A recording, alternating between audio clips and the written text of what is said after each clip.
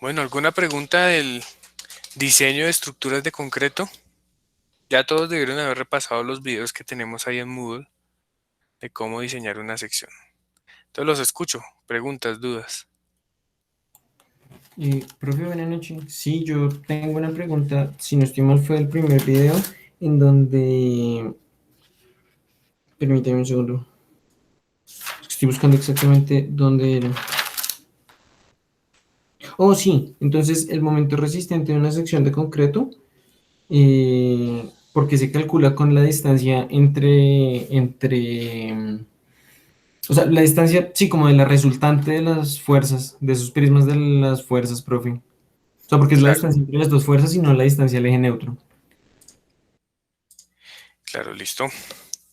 Entonces, parémonos en el caso de una viga que está simplemente apoyada y tiene una carga distribuida a lo largo de toda su sección transversal.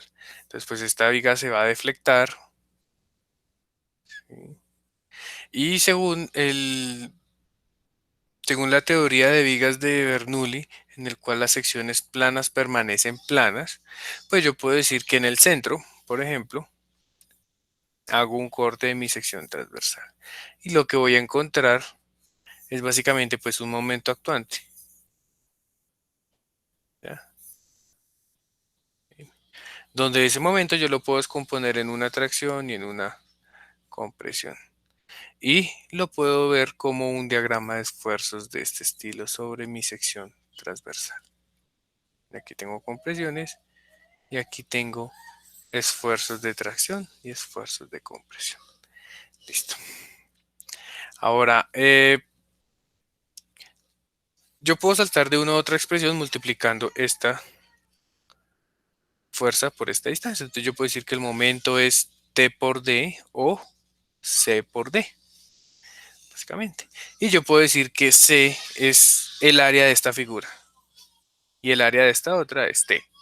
Sí, eso lo puedo sacar yo de la mecánica de sólidos. Ahora pensemos en cuánto, cuál va a ser la capacidad de una sección de concreto reforzado. Entonces la capacidad máxima se va a obtener cuando su esfuerzo de compresión o de tracción lleguen al esfuerzo admisible.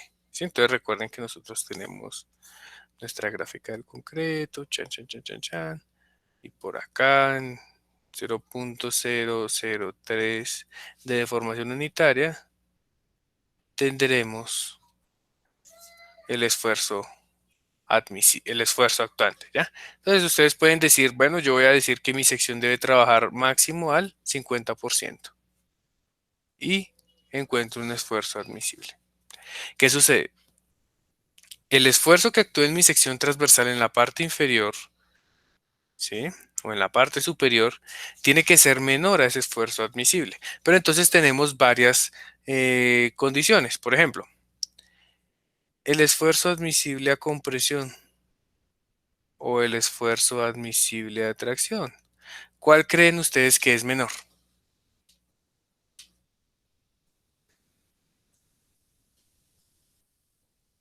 Yo creería, profe, que el esfuerzo admisible a compresión. Ok, entonces volvamos a retomar la gráfica de esfuerzo de formación. Esta es la gráfica para la compresión del concreto y esta es la gráfica para la tracción.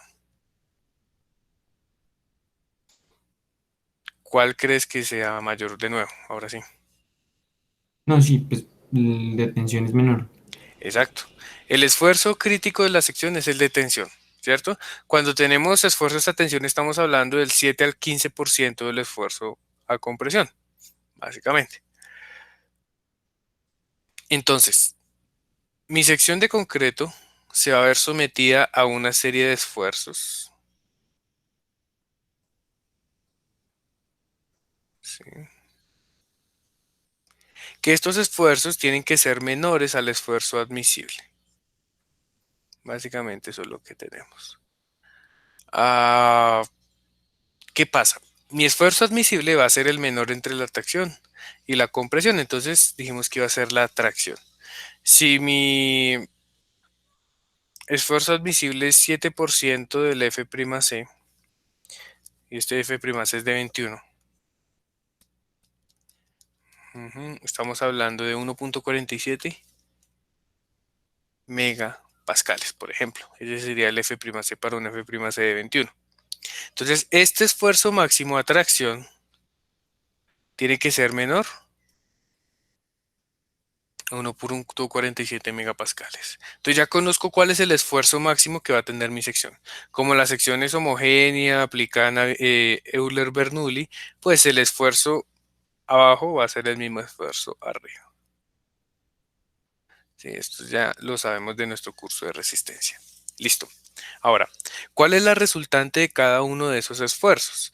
Abajo voy a colocar las tracciones y arriba las compresiones. Entonces, por aquí voy a tener una resultante que va a ser el área de este triángulo. Y por aquí arriba una resultante que va a ser el área de este rectángulo. Y por acá está tu eje neutro. Listo. Entonces, si suponemos que esta es la altura h, ¿m? Podemos decir que la compresión va a ser h por 1.47 sobre 2, ¿cierto? Que es este esfuerzo admisible aquí en la parte superior de mi triángulo. Para la parte inferior, pues va a ser, perdón, aquí sería h medios. La altura del triángulo por 1.47 sobre 2. Conclusión, C y T tienen que ser iguales. Listo. Ahora, ¿cuál es el momento que generan esas dos fuerzas con respecto a mi eje neutro? Entonces, si estos son h medios, esta distancia debería ser 2/3 de h medios. Y esta de acá abajo lo mismo. 2/3 de h medios. Listo. Entonces mi momento sería C por 2/3 de h medios más T por 2/3 de h medios. Si C y T son lo mismo, ¿sí? Entonces yo puedo decir que mi momento puede ser o bien solo C o bien solo T y la suma de estas dos. 2/3 sería 4/3 de h medios. Simplificamos esto, queda un poco y queda 2/3 de h por c. Ese es el momento, por c o por t, porque c y t valen lo mismo. ¿Qué es 2h tercios? 2h tercios va a ser la distancia que hay entre c y t. Entonces, por eso, tú puedes hacer la expresión del momento de esta forma, ¿sí? Multiplicando las fuerzas por la distancia del eje neutro, o lo puedes hacer como c por 2/3 de h, o directamente t por 2/3 de h. ¿Por qué? Porque como c y t son lo mismo, el momento puede ser la fuerza multiplicada por la distancia entre esas dos fuerzas.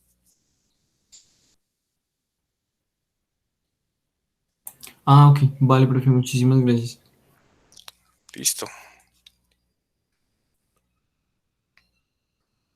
Entonces, por ejemplo, vámonos con este esfuerzo de 1.47 y vámonos a una viga de concreto cuya base es 0.3 y cuya altura es 0.6 metros.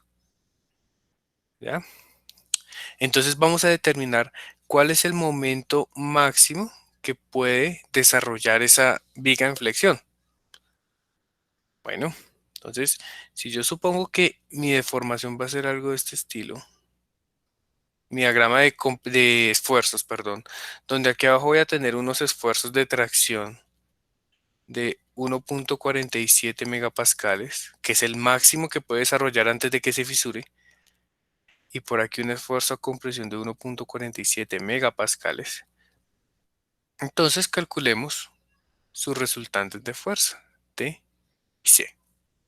Entonces T ya dijimos que era igual a C, que era igual a el esfuerzo multiplicado por esta altura, que sería h medios, ¿sí? Sobre 2. Pero eso es en el plano. Recuerden que esto es un prisma de esfuerzo sobre la sección transversal. Entonces voy a dibujarla aquí a intentar hacer mi sección. Por acá tengo mi eje neutro. Entonces por aquí voy a tener unas compresiones. Y por aquí voy a tener unas tracciones. ¿Sí? Entonces tengo que multiplicarla por la profundidad. ¿Cuál es mi profundidad que no veo aquí en esta parte? Pues 0.3. ¿Listo? Entonces está en kilonewton metro cuadrado por metro. Listo, queda en kilonewton. Ojo con las unidades. Megapascales por metros cuadrados me queda meganewton, ¿no? Sería 1.47 por 0.6 dividido entre 4 por 0.3. Me está dando 0, no, 6 kilonewton. Esa es la compresión y esa es la atracción. ¿Cuál es la distancia entre estas dos fuerzas? Pues ya dijimos que es 2/3 de h. ¿Sí? Entonces serían 2/3 de 0.6, es decir, 0.4 metros. Mi momento máximo resistente de esa sección sería pues 66 por 0.4. Es decir, 26.4 kilonewton por metro. Eso es lo máximo que puede resistir mi viga en flexión, sin refuerzo, ¿no? Ahora, supongamos que es una viga simplemente apoyada, cuya longitud sean 10 metros. Y ese momento es el momento generado por una carga puntual P. ¿Cuál es la máxima carga que yo puedo colocarle a mi viga de una sección sin refuerzo? Pues sabemos que el diagrama de momentos de esta figura, ustedes ya aquí a estas alturas se lo saben de memoria. ¿Cómo es el diagrama de momentos de esta figura?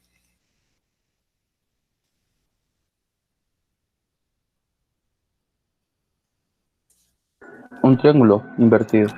Exacto, triángulo invertido. ¿Y cuál es el valor de ese momento máximo?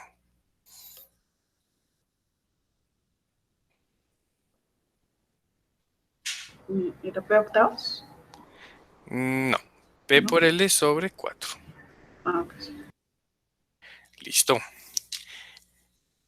Entonces, quiere decir que quiero encontrar cuál es el valor máximo de P que yo le puedo colocar a mi sección para que no falle por esfuerzo de atracción, ¿no? Entonces yo voy a decir que PL cuartos va a ser igual a el máximo momento que puedo desarrollar.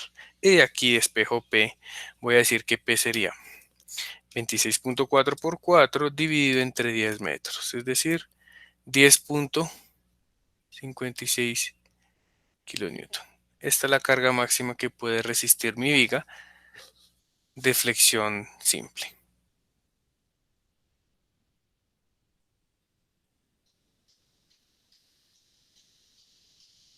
¿Listo?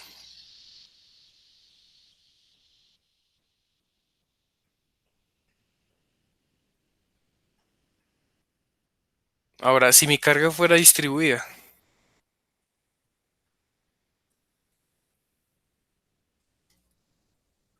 ¿cuánto sería el valor máximo de esa W? Sabemos que el diagrama de momentos es máximo por acá en WL al cuadrado ¿sobre cuánto? 8.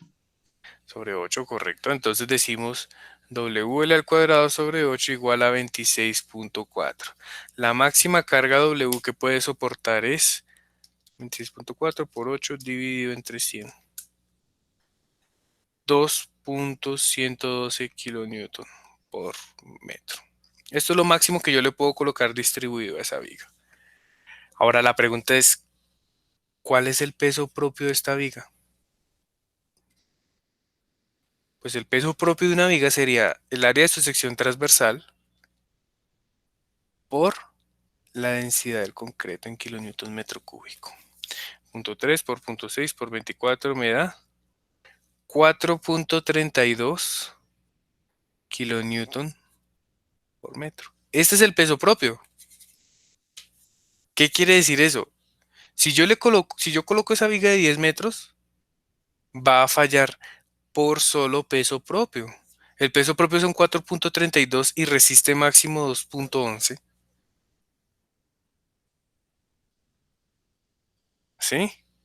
Entonces, por eso es que no usamos concreto simple. Pésimo para resistir flexiones. ¿Alguna pregunta de esto, muchachos? ¿Alguna duda?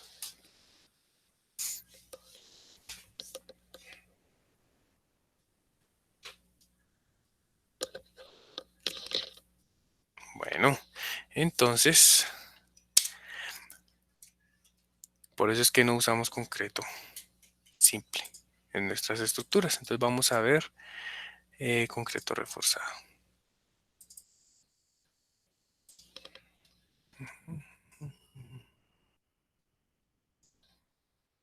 Ah, por ahí ya le subí la nota de su quiz 1. Bueno, entonces para que le peguen una miradita en cualquier momento.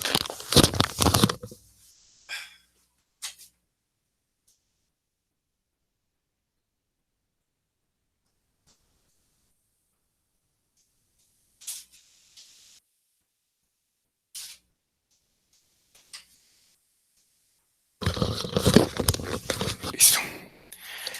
Entonces, bueno, en el video que pudieron observar, vamos a ver rápidamente lo que aparecía en el video.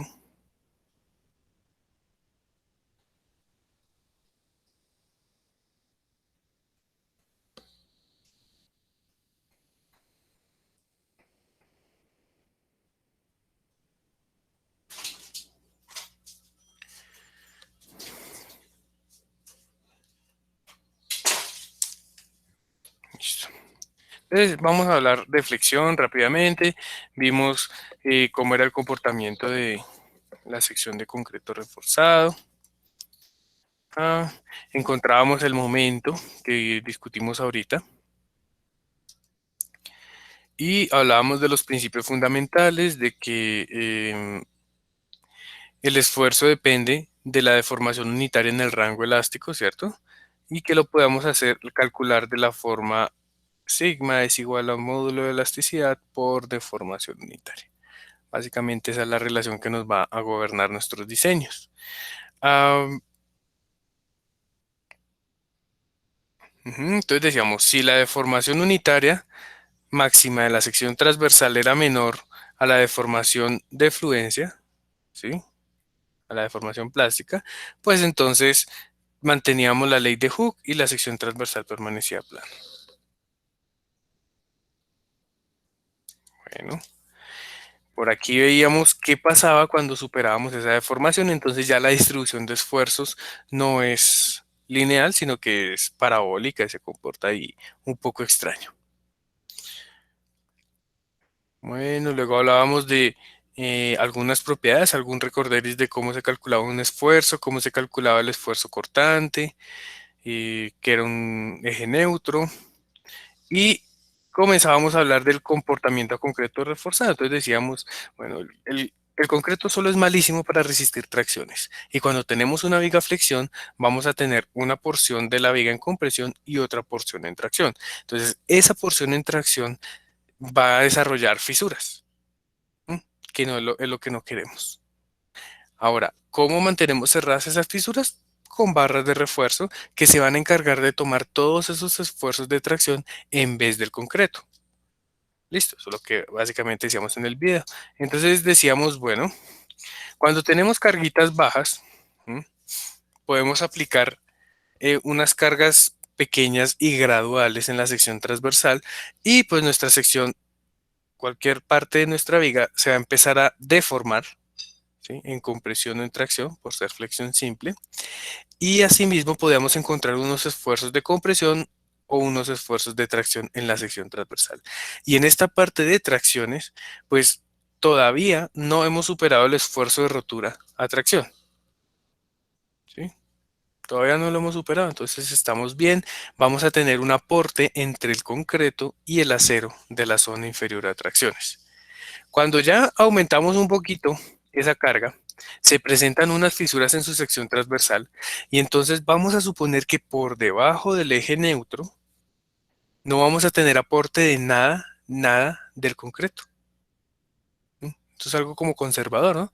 No va a haber nada de concreto por debajo del eje neutro trabajando, solamente su barrita de acero. ¿Ya?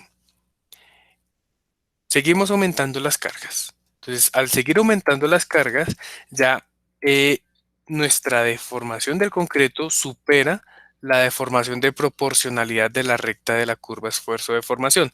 ¿Qué sucede? La distribución de esfuerzos ya no va a ser plana. Ahora va a ser de una forma parabólica un poco extraña que depende de la composición de los agregados, del material y del nivel de carga. ¿Ya? Este es el que nosotros deberíamos trabajar siempre en nuestras estructuras. ¿Ya? Pues obviamente no podemos trabajar con esta vaina así parabólico, esto es un complique. Entonces hay una serie de suposiciones que vamos a ver ahorita en un momento que nos ayudan para eso. Entonces, hablábamos de qué era la cuantía de acero. Entonces, nosotros tenemos una sección transversal, le colocamos unas barritas de refuerzo para momento positivo. ¿Sí? Esta sección transversal es en el centro de una viga simplemente apoyada, que es donde tenemos el máximo momento, ¿cierto? Donde vamos a tener tracciones en la parte inferior con presiones en la parte superior. Entonces, como las tracciones están abajo, coloco unas barritas de refuerzo que van a ser las encargadas de transportar esos esfuerzos de tracción. Ahora,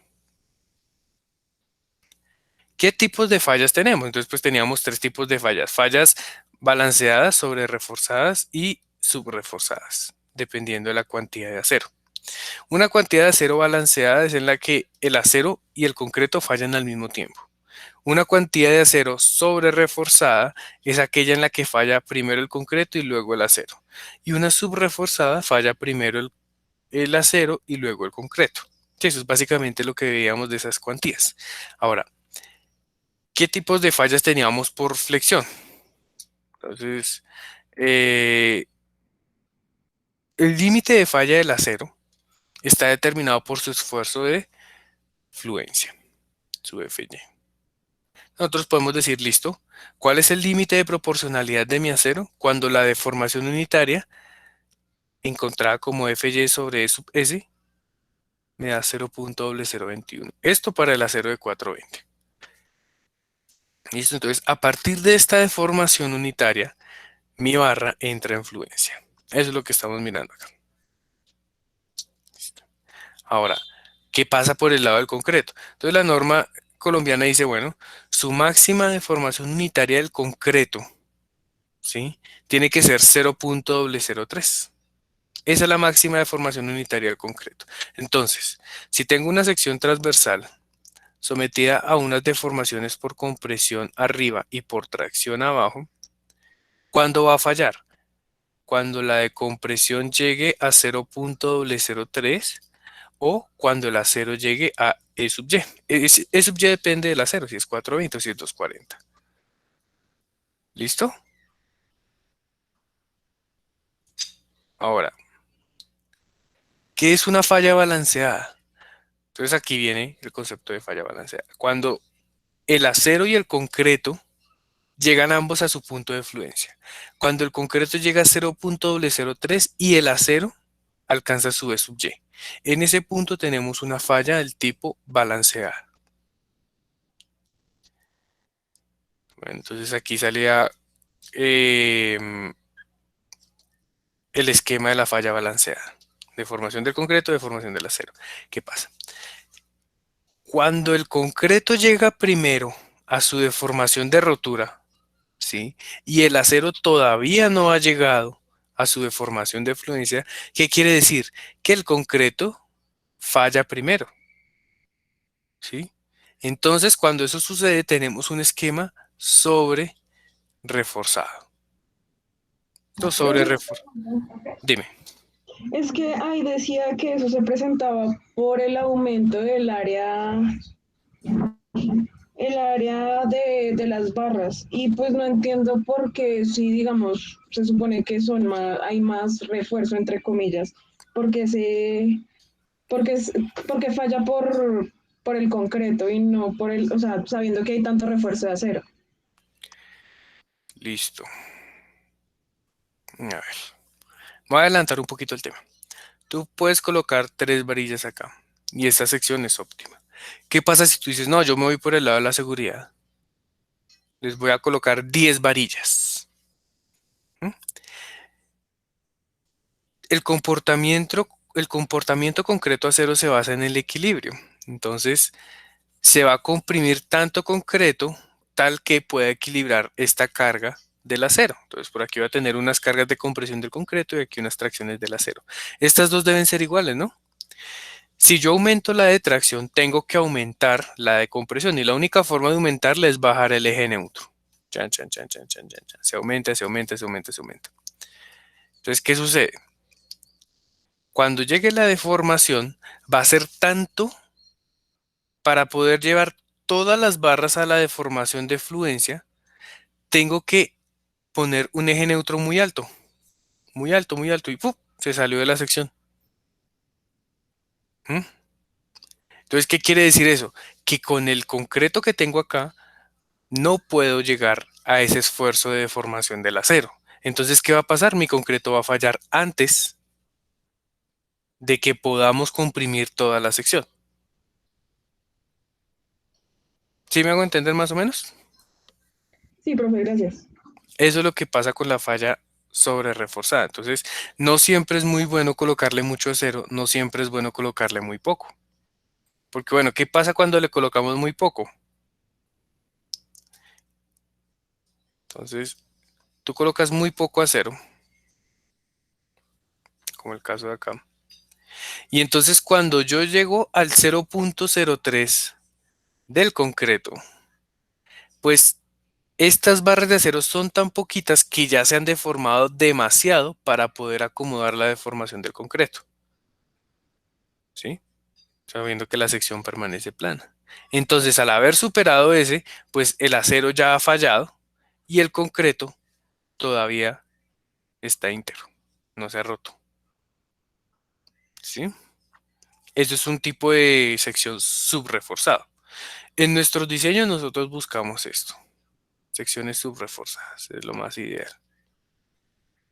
¿Mm? ¿Por qué? Si falla primero el concreto que el acero, pasa lo que veíamos en el ensayo de materiales, la viga explota por acá arriba. Y no nos gusta que explote, ¿cierto? Porque no nos está avisando. Pero si falla primero el acero que el concreto, antes de que el concreto explote, pues entonces mi viga, cuando yo esté revisando mi estructura, mi viga se va a ver algo así. No se ha caído. Pero ustedes dicen, oiga, qué forma tan extraña. ¿Qué pasó? Todas estas barras de acá abajo ya fluyeron y acomodaron esta deformación en la viga. ¿Ya? Entonces nosotros siempre buscamos fallas subreforzadas por eso, porque nos permiten tomar medidas correctivas o salvaguardar a las personas. ¿Listo? Entonces esos son los 3 tipos de fallas definidos por medio de las deformaciones unitarias.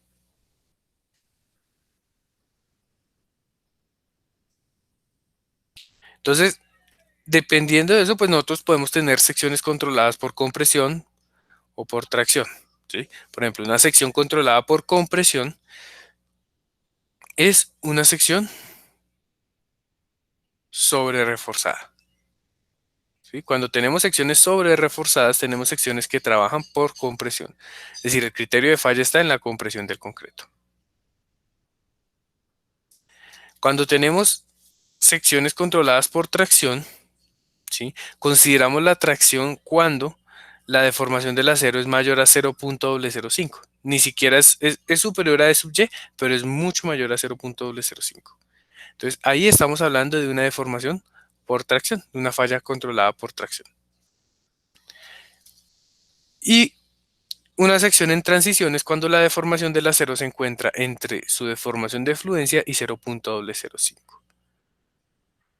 ¿Listo? Esos son los tipos de secciones que podemos tener.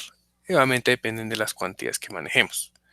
Entonces, ¿cómo garantizamos? Bueno, ¿cómo es el método de diseño? Dijimos que mayoramos carga, reducimos resistencia, eso ya lo sabemos de análisis 2, no hay que ahondar en esto. Uy, se acabó esta presentación.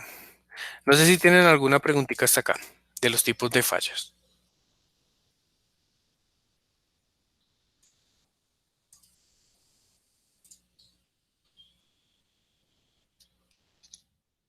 Profe, ¿podrías explicar otra vez qué fue el motivo lo de la deformación mayor a 0.005 para tracción? Claro, mira. Las secciones pueden estar controladas por compresión, por tracción. Pueden ser, perdón, secciones controladas por compresión, secciones controladas por tracción o secciones que denominamos en zonas de transición. Listo. Cuando tenemos una sección en compresión, pues la deformación del concreto se alcanza antes de que el acero llegue a su deformación de fluencia.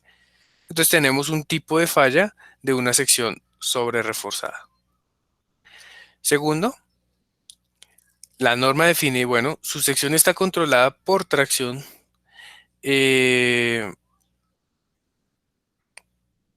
realidad, la controlada por tracción, bueno, cuando el acero alcanza una deformación mayor a 0.005. Eso es para la NSR. Para el ACI dice, su sección es controlada por tracción cuando la deformación del acero es mayor a 0.003 del concreto más E sub Y. ¿Sí? Entonces, E sub Y por un acero de 420 es 0.21. Entonces es cuando es mayor a 0.0051. Es que está muy cerca, pero pues sí tiene unos cambios cuando miremos columnas. Entonces, cuando el acero alcanza esta deformación, se dice que ya la sección está controlada por tracción. ¿Listo?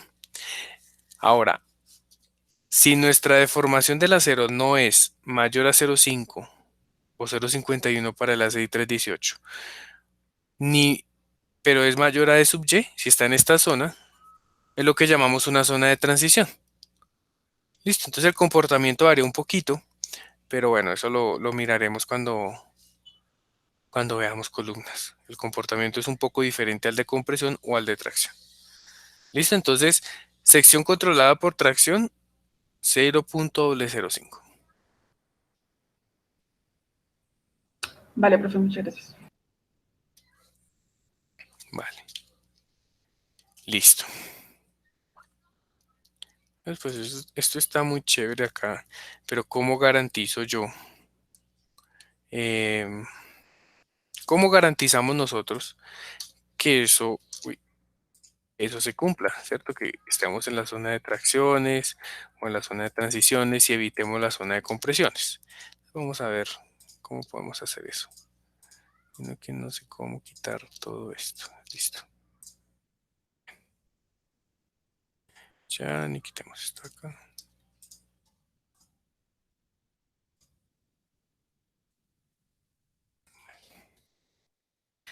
Entonces, hablando de la flexión, hablábamos de los principios que rigen una sección. Navier-Bernoulli, secciones planas permanecen planas, no hay resistencia a tracción del concreto, se asume una relación bilineal del acero, ¿sí? Y esto es concreto. Arreglamos eso de una vez. Relación del concreto. Todos estos son los principios que nos rigen el comportamiento de nuestra sección a flexión, ¿ya?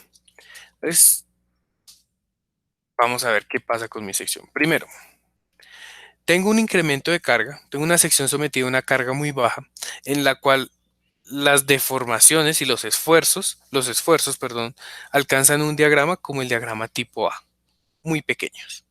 Entonces, ¿qué sucede? Puedo asumir que mi sección todavía se encuentra en el rango elástico, la parte del concreto. Despreciamos la parte inferior, a pesar de que sabemos que para cargas bajas podemos tener un pequeño aporte, la despreciamos y encontramos una resultante de compresión que equilibra una resultante de tracciones. ¿Listo? El equilibrio de estas dos, pues me garantiza que mi sección no va a ser inestable. Bueno, ahora hago un incremento de carga y mi esfuerzo aumenta y se vuelve un diagrama tipo B. Entonces ya incrementa su esfuerzo hasta este punto. Lo mismo hacia abajo. Ujú. Y todo ese esfuerzo que va a generar que una porción de mi concreto de la parte superior empiece a entrar en ese rango que ya no es tan lineal. ¿A cuál rango me refiero? Entonces me vuelvo por aquí a esta. Por aquí yo tenía una curva esfuerzo de formación de concreto. Ujú, sí, entonces ya no estoy en este rango lineal de pequeñas deformaciones, sino que estoy entrando en este rango que ya no es tan lineal. Nosotros lo asumimos lineal, pero no lo es. ¿Listo? Eso es lo que está haciendo aquí la sección. Entonces, pues, como tengo mayores esfuerzos en la parte superior, empieza como a plastificarse por aquí en la parte superior, a presentar una curvatura. Si seguimos aumentando los esfuerzos, pues mi sección sigue plastificando hasta que llegamos a una plastificación total de mi sección transversal. Entonces, ¿qué pasa? ¿Qué diferencias hay entre el primer estado de carga y el último? La proporcionalidad del diagrama. Fíjense que aquí en esta última sección, aquí ya no tengo un diagrama recto, es un diagrama parabólico. ¿Qué otra cosa sucede? El brazo que hay entre C y T aumenta. Fíjense que el caso del final es mayor al caso del inicio. ¿Listo? Y este último es en realidad el comportamiento que tiene una sección de concreto transversal.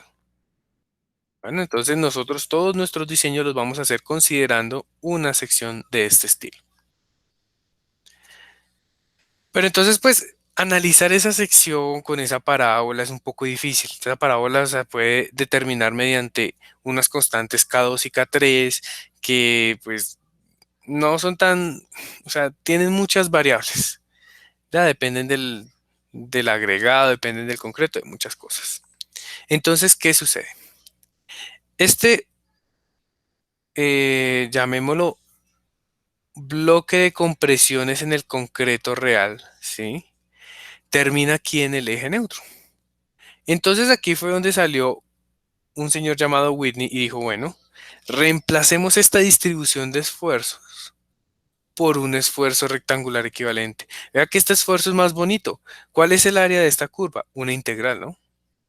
Una integral que puede ser definida por las constantes K1 por K3F'C por BC. Entonces depende de K1 y de K3. ¿No? Pero ¿qué tan fácil sería poderlo representar como un rectángulo? Un rectángulo de bloque de compresiones equivalente. Ese rectángulo no va a tener la misma altura C de este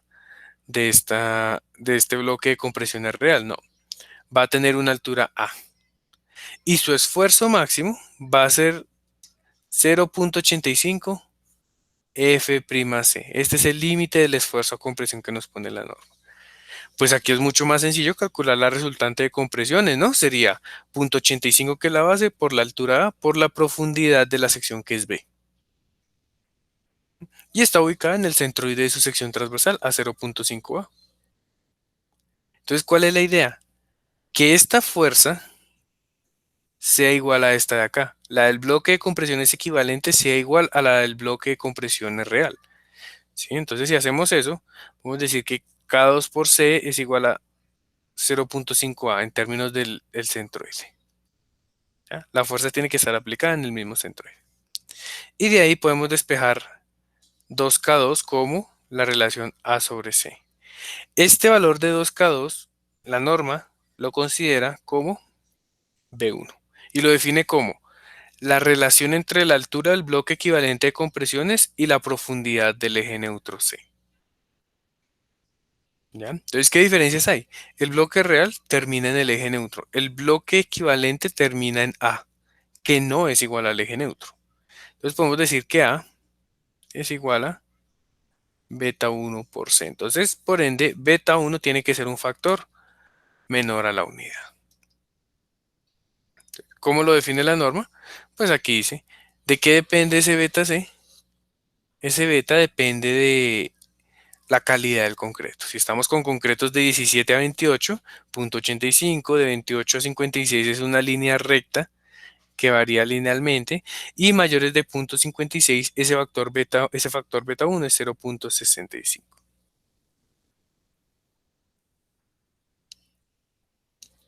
¿Una pregunta hasta acá?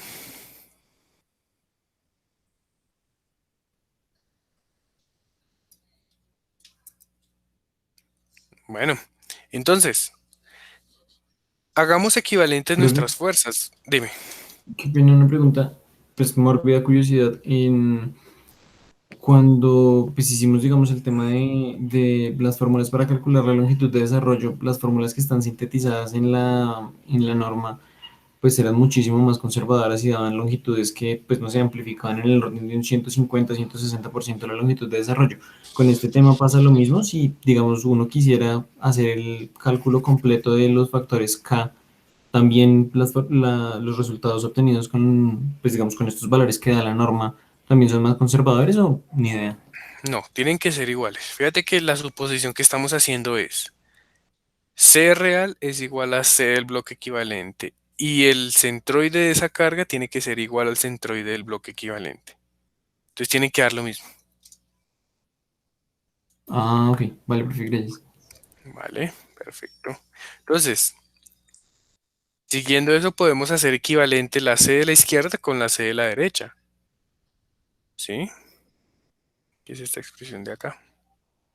Y de ahí podemos eliminar varias cositas B con B. Por ejemplo, queda K1 y K3 F'C con F'C. Ujú. Y entonces podemos decir que K1 por K3 es igual a 0.85 por beta 1. ¿Listo? Entonces Profe, ahí están. Dime. yo tengo una pregunta. Es que ahí, como en el diagrama de esfuerzo a compresión, ¿no debería ser como mayor en la parte superior de la sección de concreto? Digamos que el esfuerzo de compresión, porque ahí se reduce. Este de acá. Sí, es que usted dijo algo como de que se plastificaba ahí la curva, pero no entiendo por qué no es mayor en la parte superior de la viga.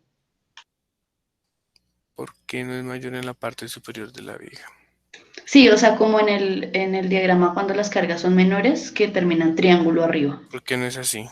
Sí. Ujú. Ya. Porque cuando esto llega a cierto punto, este elemento de aquí, de la parte superior de tu concreto, falla. Y en el momento en el que falla, deja de recibir cargas. ¿Sí? Pero estos acá intermedios pueden seguir recibiendo cargas. Pongamos que es esto. Llegaste al momento de falla y tu fisurita es esta de acá. Esa es tu fisura. Entonces, en ese momento, toda esta franja deja de recibir carga, pero esta parte de acá abajo puede seguir recibiendo un poquito más de carga. ¿Cierto? Que falle esta franja superior no quiere decir que falló toda tu sección, Ah, listo, profe, entiendo, gracias. debido a eso. Vale. Listo, entonces aquí ya podemos sacar dos relaciones bien bonitas. Ya encontramos cuánto vale K2. Entonces podemos decir que el factor K2 para el bloque real de Whitney sería igual a beta 1 medios. ¿Sí? Y por acá podemos decir que K1 por K3 vale 0.85 por ese beta 1. ¿Listo? Pero pues estos son como relaciones ahí que existen, pero no las usamos mucho, que digamos, para nuestro diseño. No las empleamos. Entonces la idea es enfocarnos en este, en el bloque equivalente de compresiones. Asumiendo que el esfuerzo máximo va a ser 0.85 por F'C. Ahora, tenemos una sección de concreto reforzado con un bloque equivalente de compresiones, con una profundidad A y una distancia de centroide a medios, y por aquí abajo un hierro de refuerzo que va a generar una tracción. Bueno, la distancia efectiva de la sección va a ser la distancia entre su fibra más comprimida al centroide del refuerzo de acero. Si esto es una sola fila de barras, pues el centroide es el centro de su fila de barras. Si son barras en distintas filas, pues toca calcular ahí un centroide para calcular esta distancia de. Bueno, el principio fundamental es el equilibrio. Nuestra sección se encuentra en equilibrio cuando la compresión es igual a la tracción. ¿Sí? La tracción, ¿cuánto vale? Pues va a ser el área de refuerzo por el esfuerzo de su sección transversal, de su acero. ¿Sí? Y el A sub S ya lo habíamos definido en la presentación anterior como ρ por B por D, la cuantía de la sección por la base por la altura estructural efectiva. Listo. Ahora, de la sección anterior también podemos decir que el concreto es este de acá. ¿Listo? El momento que genera este par de fuerzas concreto a cero, ¿sí? El momento resistente, va a ser igual a o C por la distancia entre las dos fuerzas o T por la distancia entre las dos fuerzas, ¿sí? Que es lo que tengo acá. C por D menos A medios o T por D menos A medios. Como nuestra idea es que el acero falle primero, nos quedamos con la expresión del acero y reemplazamos T en esta expresión y es esto de acá. Rho BD por FY, que es T, multiplicado por D menos A medios. A es beta 1 por C.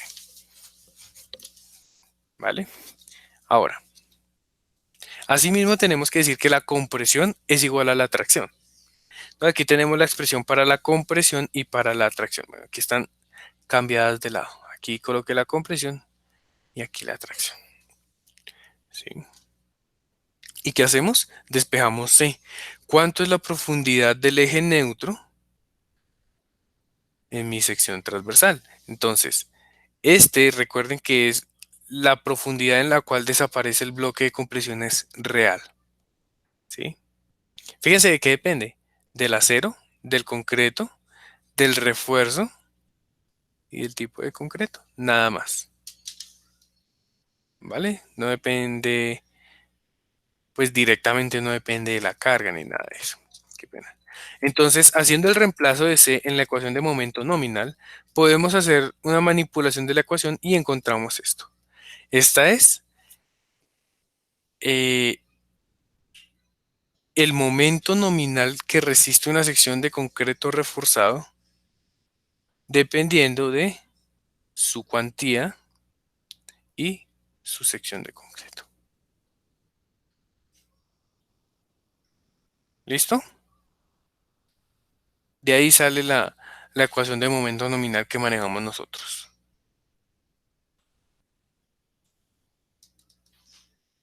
Ahora, recuerden que estamos trabajando en factores de carga y resistencia. Amplificamos las cargas con las combinaciones de la norma y tenemos que reducir la resistencia.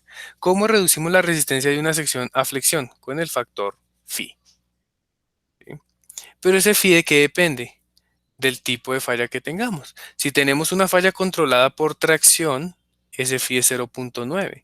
Si tenemos una falla en transición, tenemos estas dos expresiones. ¿De qué depende? Si una es estribo o es espirales. Esto se usa para columnas. Cuando veamos columnas vamos a hablar de eso. Por el momento, mi phi de flexión es 0.9. ¿Qué tengo que garantizar? Que la deformación unitaria del acero siempre sea mayor a 0.05. ¿Vale? ¿Alguna pregunta? No, señor. Perfecto. Ahora, ya sabemos cómo calcular un momento nominal. Entonces, calculémoslo a ver qué pasa.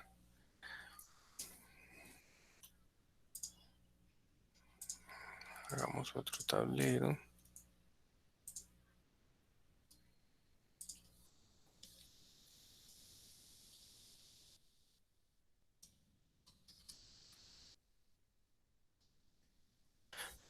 Dos.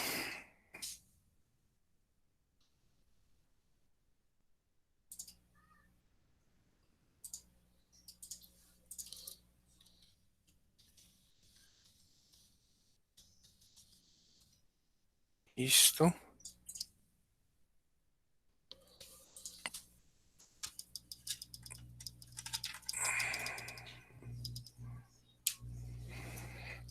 Entonces vamos a inventarnos algo para ver. Supongamos que tenemos una viga construida con concreto de 21 megapascales, con FY de 420 megapascales. La viga es esta de acá. Tiene una carga distribuida W y por acá una carga puntual P. ¿Listo? Tiene unas cargas distribuidas muertas y unas cargas distribuidas vivas. Las vivas pueden ser de 3 kilonewton metro. Listo. Y la muerta,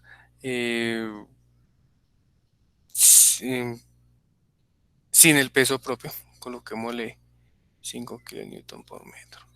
Y una carga P, que es carga muerta de 8 kilonewton. Ya. Entonces vamos a diseñar esa sección, vamos a hacer nuestro primer diseño. Listo, entonces vamos a decir, bueno, ¿cuál es la carga última? Porque estos son cargas de trabajo, cargas actuantes. Entonces tenemos que mayorar las cargas. Entonces la mayoración de cargas en la norma por lo general pues están ahí en el título B. ¿Sí? B2.3 para servicio, B2.4 para diseño. Entonces la que por lo general va a controlar el diseño de estos tipos de elementos así sencillitos, sin sismo, sería 1.2 muerta más 1.6 viva. Hay otra que es la de 1.4 muerta. Aquí se las vemos aquí en la presentación. Debe estar en acá, creo.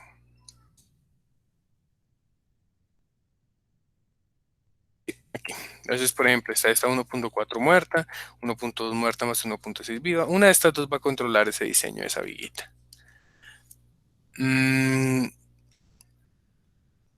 Entonces, primero vamos a determinar cuál es la carga distribuida última. Pues esa carga distribuida última va a ser el mayor entre 1.2 por 5 más 1.6 por 3 o 1.4 por 5. Obviamente, pues esta de abajo no va a controlar, va a controlar esta de acá. Entonces, esa carga última sería 10.8 kilonewton metro. Y pues la carga P última, pues sería 1.4 por 8. Ah, bueno, 1.4 por 8 o 1.2 por 8. ¿Sí? Aquí no hay vía. Entonces sería 1.4 por 8, 11.2. O 1.2 por 8, 9.6. No, si nos toca evaluar esta de acá. Entonces 1.4 por 5 nos da 7. Porque es que yo no puedo coger esta de acá para esta combinación y combinarla con esta de 1.4 muerta. No, tienen que ser consecuentes. Es decir, esta más esta y esta más esta. ¿Cuál de las dos da mayor? No lo sabemos. Entonces, esta viga sabemos que tiene un momento máximo en el centro de la luz, cuyo valor va a ser W por L al cuadrado sobre 8 más PL sobre 4. Y hacemos la evaluación para las dos combinaciones, para la combinación A y para la combinación B. Entonces, para la combinación A, la carga sería 10.8 por la longitud, supongamos que esa longitud son 8 metros, por 8 al cuadrado sobre 8 más P 9.6 por 8 sobre 4. ¿Alguien me ayuda con eso, por favor? Y por el otro lado, 7 por 8 al cuadrado sobre 8 más 11.2 por 8 sobre 4. ¿Cuánto les da la primera?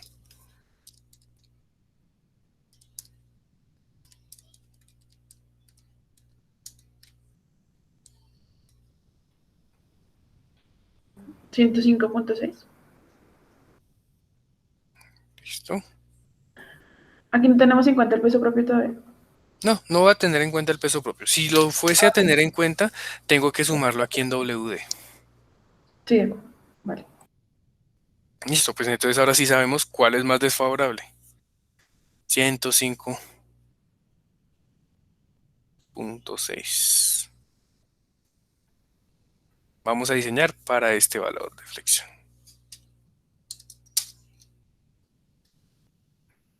¿Listo? Ahora voy a dibujar mi sección transversal. Mi sección transversal pues no tiene todavía dimensiones. Vamos a suponer que es una viga en DM, entonces coloquémosle 0.3 de base. Y la altura, recuerden que la altura, ¿de dónde puedo sacar la altura mínima para esa sección? Ustedes que todos lo saben, chicos. De la tabla CR95. Exacto. Entonces tengo una altura mínima de la tabla CR95 de la norma. Voy a buscar esa tabla.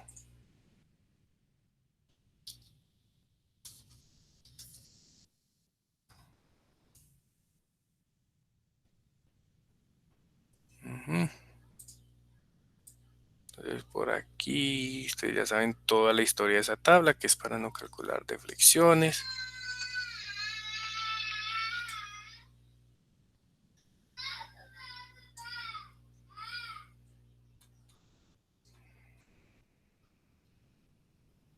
Está acá.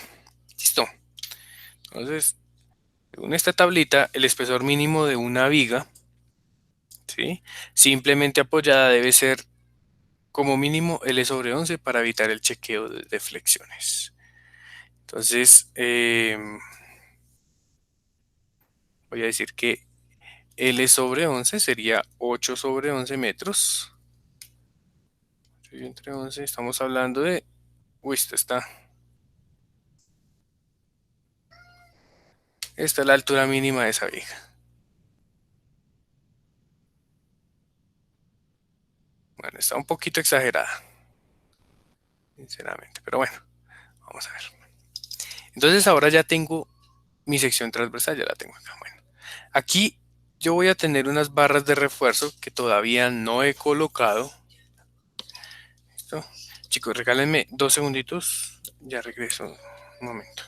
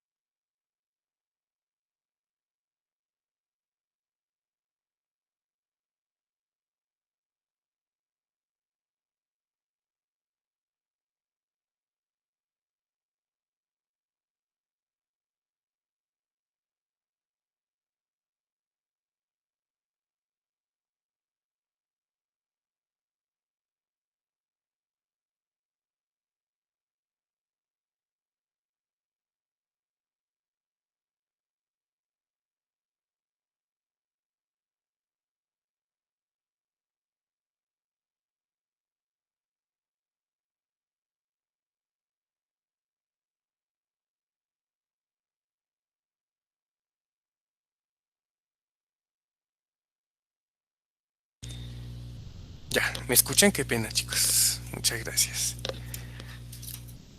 ¿Sí me están oyendo? Sí, señor. Vale, perfecto. Entonces, pues tenemos que...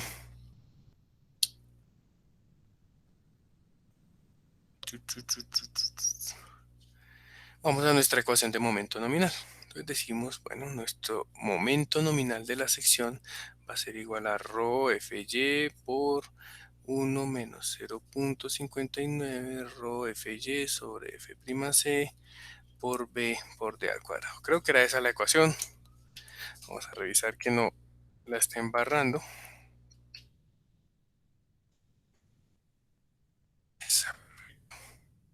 Listo. Entonces vamos a decir, bueno, el momento último tiene que ser menor al φmn. Es decir, las cargas mayoradas tienen que ser menores a las resistencias reducidas. Este phi, pues 0.9 para una sección controlada por tracción, que es lo que queremos.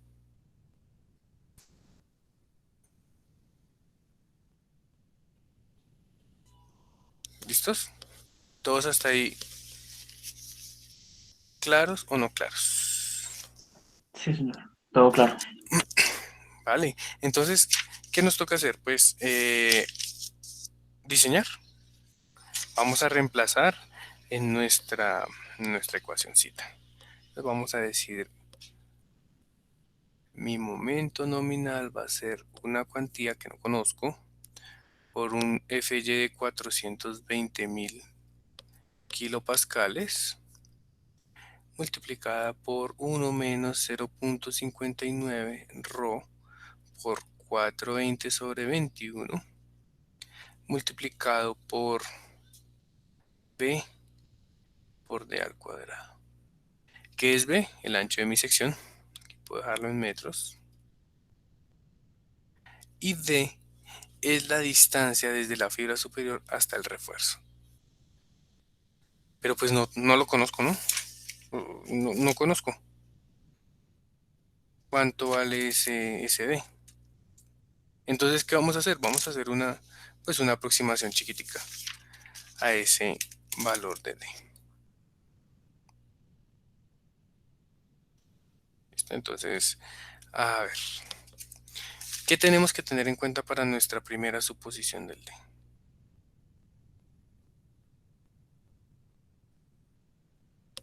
Que vamos a tener pues aquí unas barras de refuerzo. Podemos asignarles cualquier diámetro. Supongan una barra de 7 octavos de pulgada, es decir, 22.2 milímetros. A esa barra tenemos que abrazarla con un estribo, ¿cierto? Porque no la podemos dejar ahí en el aire.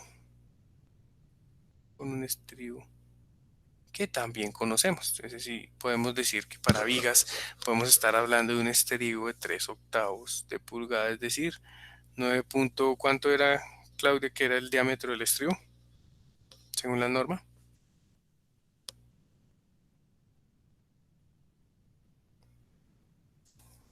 De 3 octavos. Sí, 9.05 o 9.1.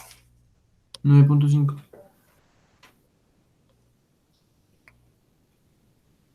Según la norma, no me acuerdo, espérate, miramos.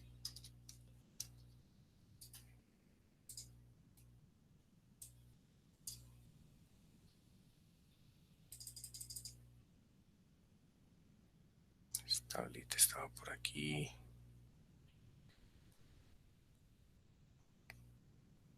Mm,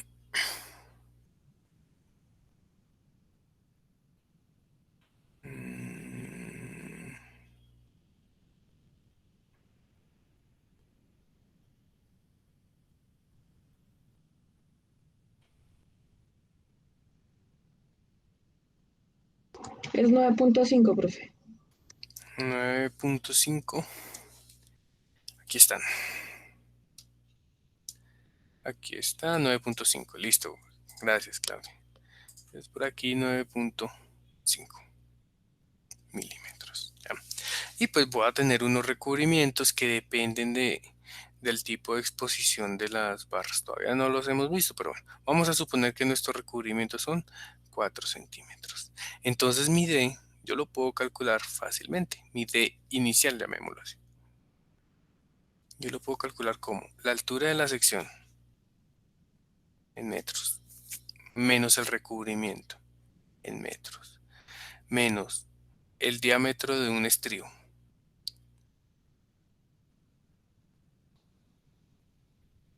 menos la mitad de una fila de barras, es decir, 11.1 milímetros. 0,111 metros. Y ese va a ser mi D inicial para mi diseño. Va a ser 0.72 menos 0.04, 0.0095.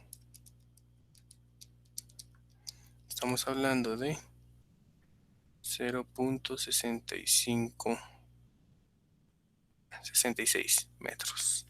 Entonces aquí va 0.66 al cuadrado. Este es el MN. Pues obviamente aquí incluyamos de una vez nuestro phi.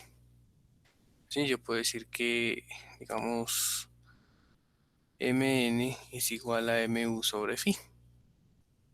Entonces este va a ser igual a MU sobre phi.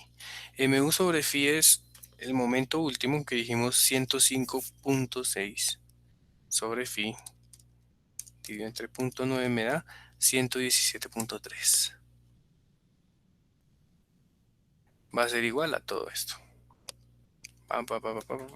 ¿Qué sucede? Al final vamos a obtener una expresión en términos de ρ, que es un ρ cuadrático. ¿Sí? Entonces, la idea es encontrar este ρ y este ρ. Pero pues esta ecuación es una ecuación cuadrática, entonces voy a obtener dos valores de ρ. Bueno, a ver. Voy a intentar hacerlo aquí un poco a mano, a ver si nos funciona. Voy a multiplicar 420.000 por la expresión de b por d al cuadrado, por 0.3 por 0.66 al cuadrado. Eso me da 54.88.5.6 ρ multiplicado por 1 menos 0.59 por 420 dividido entre 21, 11.8 ρ. Y todo esto igual a 1173. Entonces aquí podemos despejar, podemos decir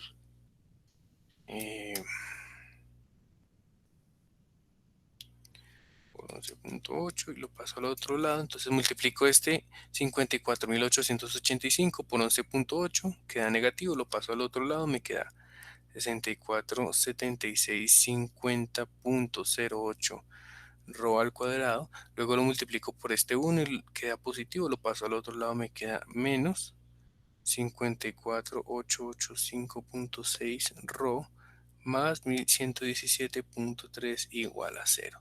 Y aquí puedo calcular ρ. ρ sería menos b más o menos la raíz de b al cuadrado menos 4ac sobre 2a. Donde esta expresión es b con el negativo y todo. Esta expresión es a y esta expresión es c. Listo. Entonces ahí voy a obtener dos ecuaciones para esa cuantía. La primera sería menos b. Menos por menos me da más. Entonces 54.885.6 más la raíz de eso al cuadrado menos 4a por c. Entonces 54.885.6 al cuadrado menos 4 por 647650.08 por 117.3. La raíz de 27085, bueno, un número aquí bastante largo. Sobre 2 veces a. 2 por 64765, ta, ta, ta, ta. Y pues la otra sería lo mismo, pero con el signo menos en el radical. Ya, entonces, ¿cuánto les dan esas dos expresiones para el ρ?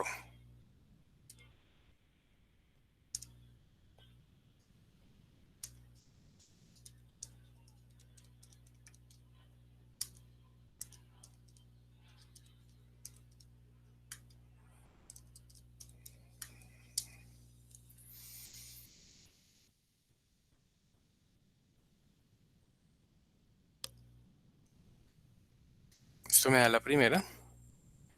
La segunda.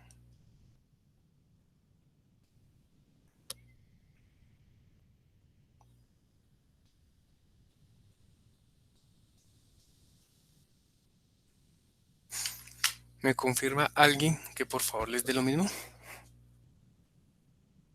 La primera sí. Listo. Entonces la Profe, segunda también. Dime. una pregunta. Ese 117.3, qué pena, es que no sé de dónde salió, o sea, no. Claro, fíjate que toda esta expresión tiene que ser igual al momento nominal que resiste tu sección. Pero de aquí yo puedo decir que el momento nominal es m último sobre phi. Entonces, cuando coges este mu de 105.6 y lo divides entre 0.9, te da 117.3.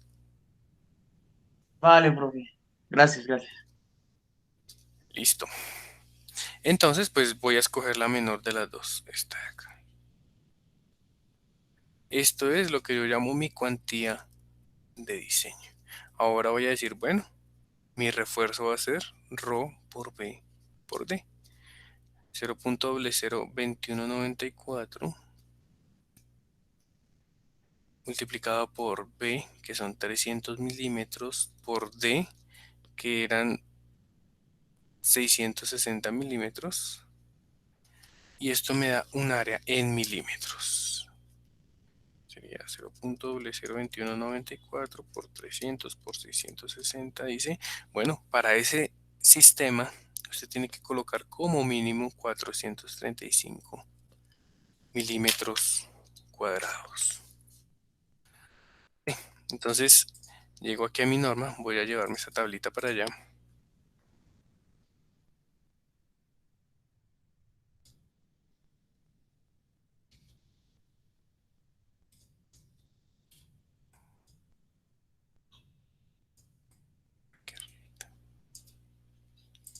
Y voy a decir, bueno,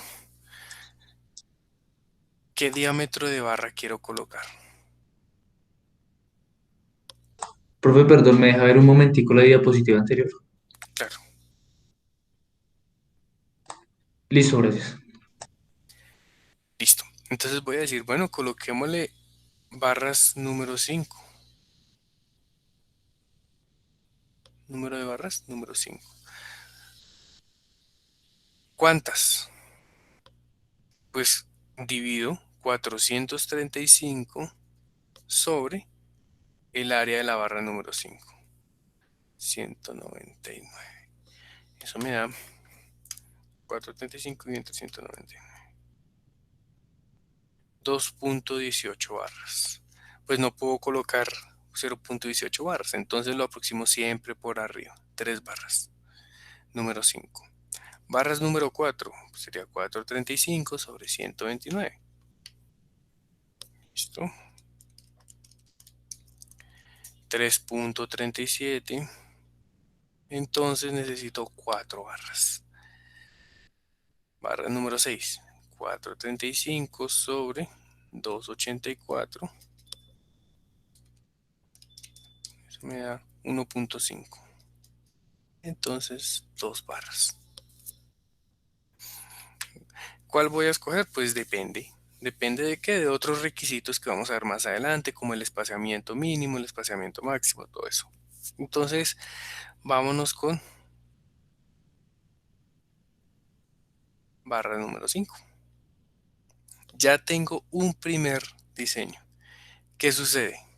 Todo esto es mentira. Que les recuerdo que su D inicial es una suposición. Entonces aquí ya puedo calcular con 3 números 5, puedo calcular cuál es el D real. Lo calculo como el H total menos el recubrimiento menos el estribo menos la mitad de esa barra número 5. Es decir, 15.9 sobre 2.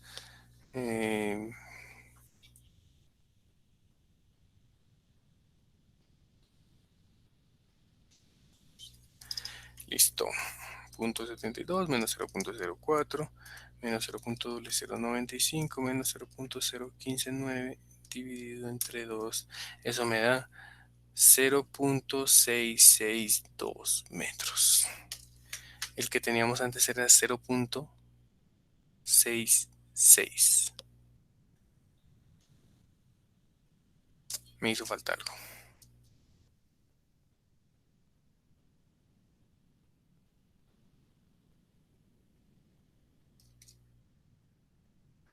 Ah, pues ambos están en 6.6.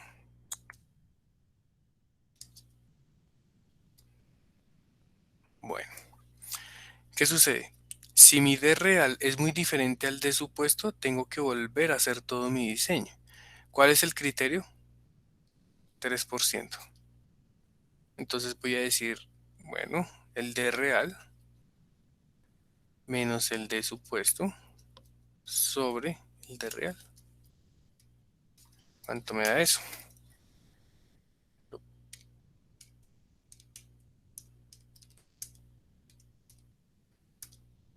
Eso me da en porcentaje 0.3%. Entonces, ok. Listo, mi diseño cumple con 3 barritas número 5. Profe, ¿ese 3% es por norma? No, es un criterio que yo les dejo. Ah, ok. Es personal, ¿sí? Profe, Digamos que al decir, tú ay, puedes qué pena. iterar 3, 4, 5 veces hasta que la diferencia sea casi cero. Pero pues no vale la pena. Listo. Dime, ¿qué pregunta tenías? Al decir que bueno, que supere ese 3% y el deber volver a hacerlo, es cogiendo otra barra, o sea, 4 número 4 o algo así. Mm, no, digamos que, bueno, hagámoslo de la siguiente forma.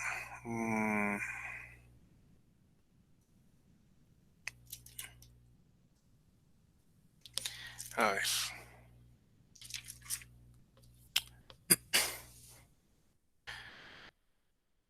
supongamos que no, que hicimos este cálculo mal, pues no mal, que le colocamos una barra de 1 pulgada. Voy a hacerlo en azul. Los cálculos para una barra de 1 pulgada. 25 milímetros. Entonces este de ahí, no, pero es que no me sirve de esta forma. Me sirve más cuando tenemos barras dobles. Bueno, supongamos que es diferente. Cuando veamos secciones un poquito más cargadas, vamos a ver cómo acomodamos esas barras. Supongamos entonces que me dieron muy diferentes. ¿Qué tengo que hacer? Tengo que reemplazar aquí este valor, que no me dio, que el DI recalculado me dio 0.5, por ejemplo. Una exageración.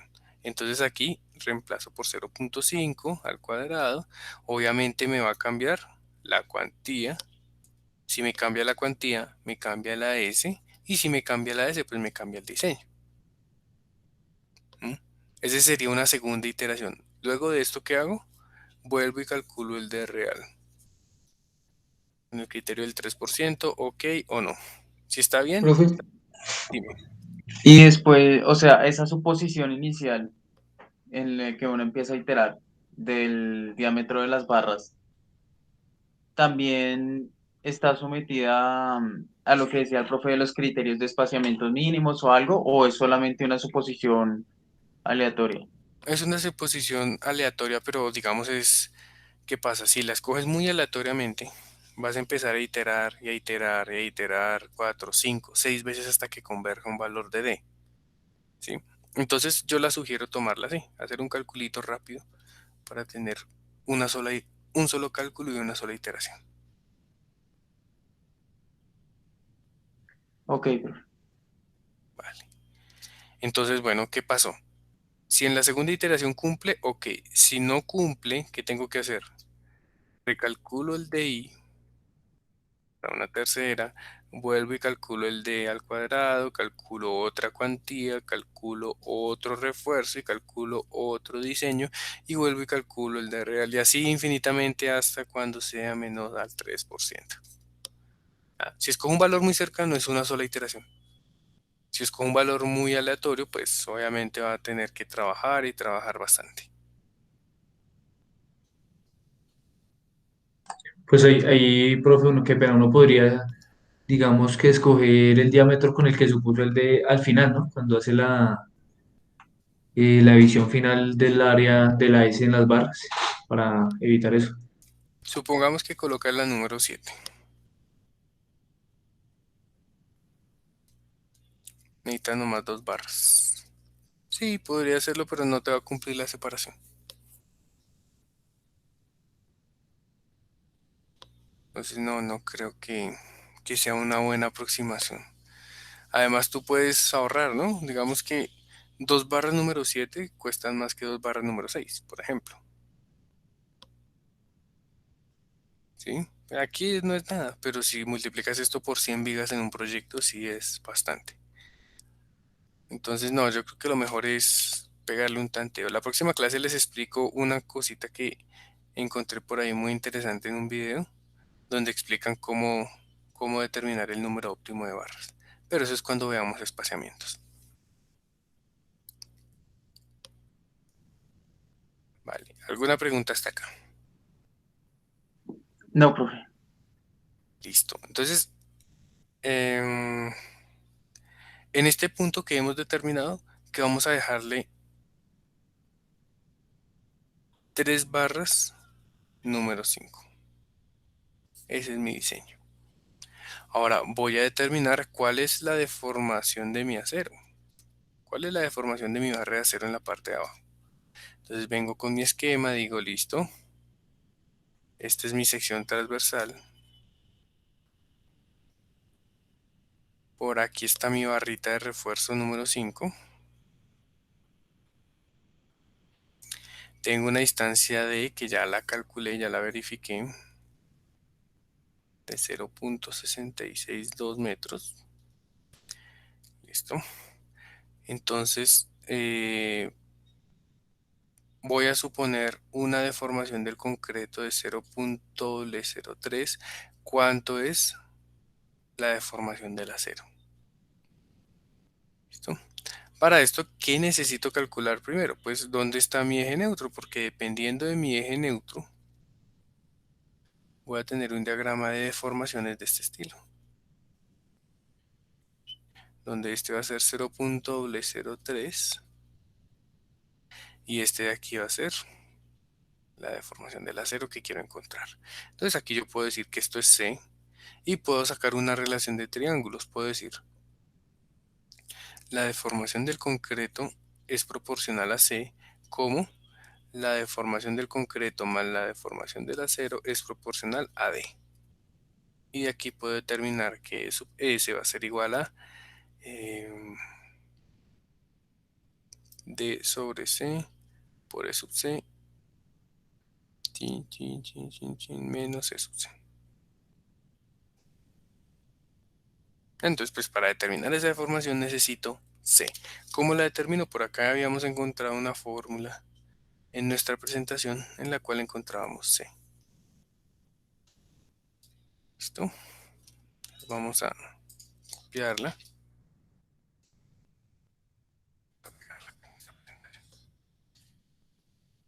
Determinemos C, profundidad del eje neutro. Entonces, la cuantía, vamos a irnos con lo que habíamos calculado por acá. Bueno, esta cuantía tiene que ser la cuantía real, ¿sí? Si yo estoy colocando 3 número 5, mi cuantía va a ser 3 veces la barra número 5, 199, sobre B por D. No puedo colocar este de acá porque este es el mínimo. Tengo que hacerlo con el real. Llamémosla real. Entonces aquí sería 300 por 662.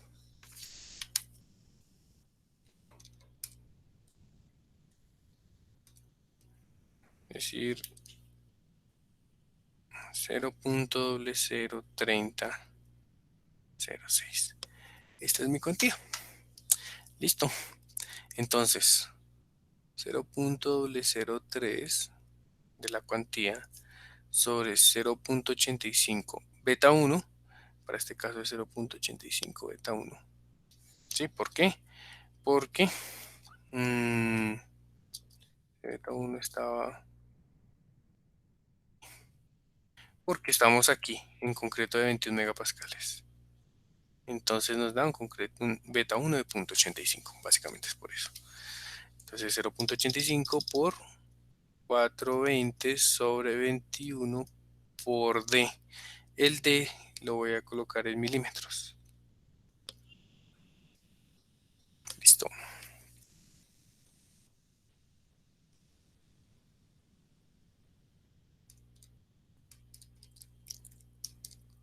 Me da 54.98 milímetros. Entonces para esto mi deformación del acero, para este caso sería 662 sobre 54.98 por la deformación del concreto menos la deformación del concreto.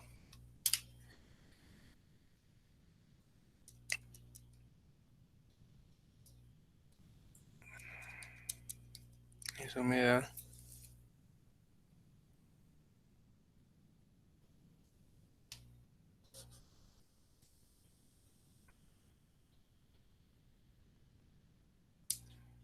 listo.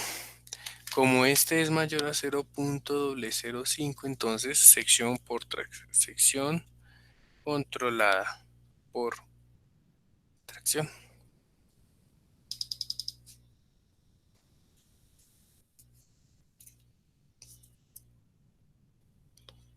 ¿Me siguen hasta acá, chicos?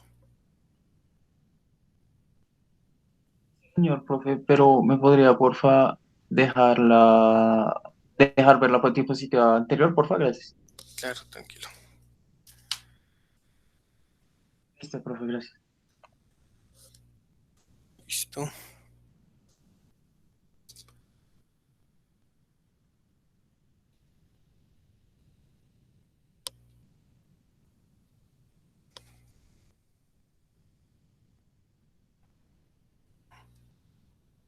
¿Alguna pregunta hasta acá, muchachos?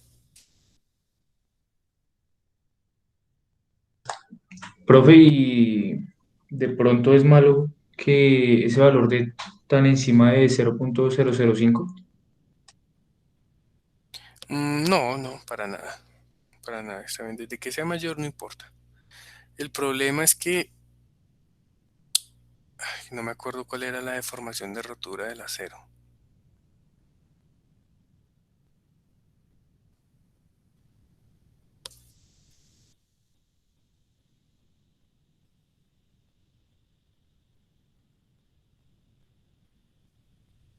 Mm, bueno, se las investigo para la próxima vez cuál es la deformación de rotura del acero, porque tampoco lo podemos llevar hasta donde queramos, ¿no?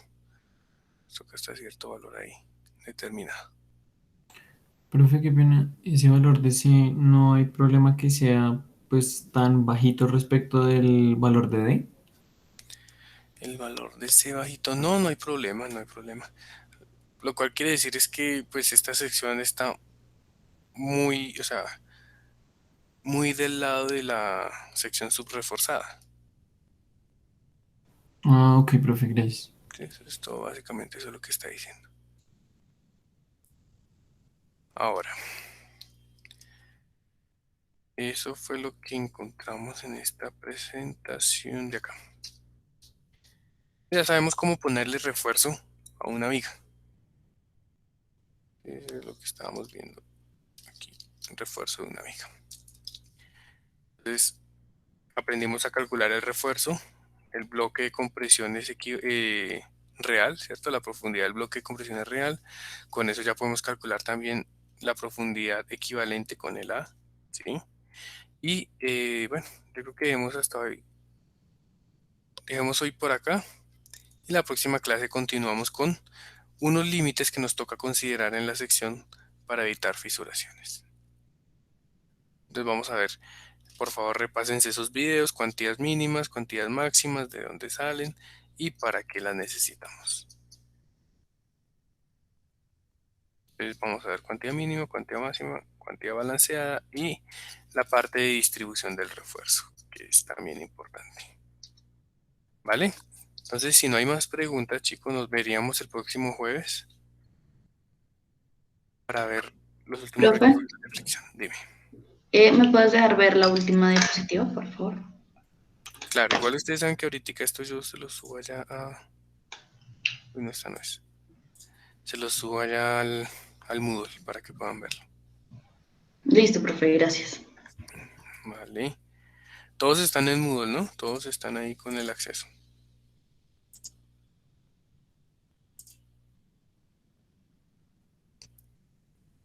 Bueno. Entonces, si no hay preguntas, chicos, nos vemos el próximo jueves para revisar límites de cuantía y hacemos otro par de ejemplitos bien, bien bonitos. Recuerden revisar los videos, toda la parte teórica está en esos videos y más bien dediquémonos a hacer ejercicios y a ganar tiempo. Entonces, eso sería todo por hoy. Muchas gracias, que descansen. Vale, profe, muchas gracias. Gracias, profe. Buenas noches. Gracias, profe. Gracias, profe. Buenas noches. Gracias, profe, hasta luego. Gracias, profe, hasta luego. Hasta luego, profe, gracias.